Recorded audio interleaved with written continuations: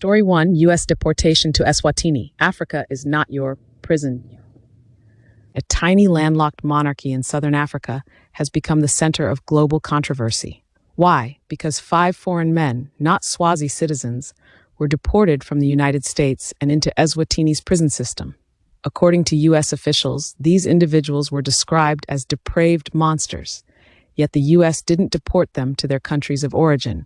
Instead, a quiet deal was struck, and Eswatini accepted them. Eswatini's government insists these men are no threat to its people.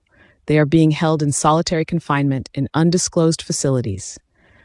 Official statements describe months of robust high-level engagements with the U.S., but no clear justification has been offered to the public. Critics are asking, why is Eswatini, and by extension Africa, being used as a dumping ground for America's unwanted detainees? Observers say this could mark a troubling precedent. The U.S. outsourcing deportations to African countries, unable or unwilling to say no.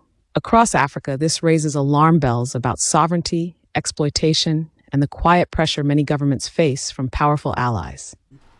We can approach the courts, the International Court of Justice, or any other legal institutions to possibly complain. You guys good over there? The deportees, citizens of Vietnam, Jamaica, Cuba, Yemen, and Laos, are currently being held in isolated units. We condemn that the bringing of hardcore convicts to our country to mix with our young convicts who still have a chance of to be rehabilitated. Story 2, France exits Senegal, the last colonial base falls. On July 17, 2025, history was made in Dakar. France officially handed over Camp Gile, its last military base in Senegal, to local authorities. This wasn't just a ceremony. It was the final nail in the coffin of France's military presence in West Africa. The retreat follows months of withdrawals. Maréchal and Saint-Exupéry sites returned in March. Contre-Amiral Protet handed back in May. Rufisque military post in July. The move reflects growing anti-French sentiment in West Africa and a regional push for full military autonomy. But it's not just Senegal. France left Chad in January after severe diplomatic tensions.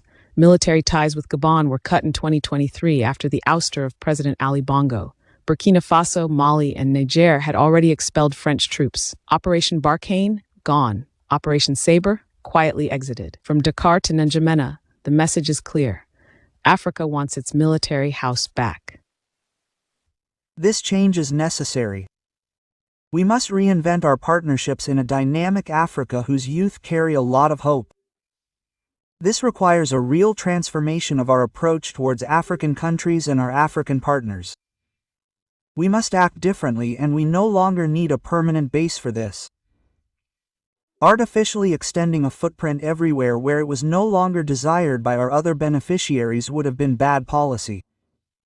I am therefore proud of the duty accomplished, by honoring the memory of all the French soldiers who served in Senegal and fought in Africa with our African partners for the African populations, and by saluting the commitment and sacrifice of our Senegalese brothers in arms, that we are going to turn a page in the military history of our two countries.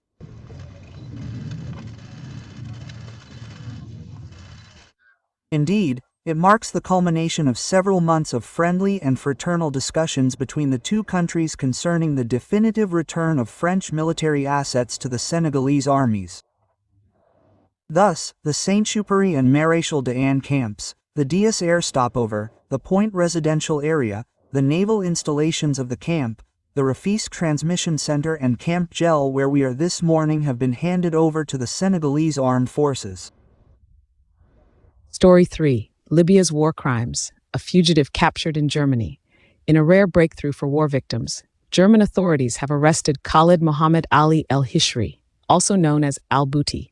He is wanted by the International Criminal Court, ICC, for war crimes and crimes against humanity committed in Mitiga prison, Tripoli.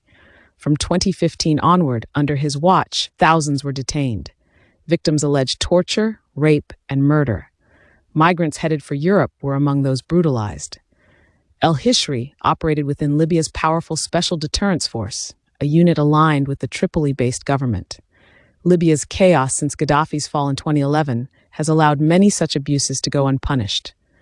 But on May 12th, Libya finally accepted ICC jurisdiction for crimes committed between 2011 and 2027. The arrest follows widespread criticism after Italy controversially released another war crime suspect, Osama Najim, earlier this year.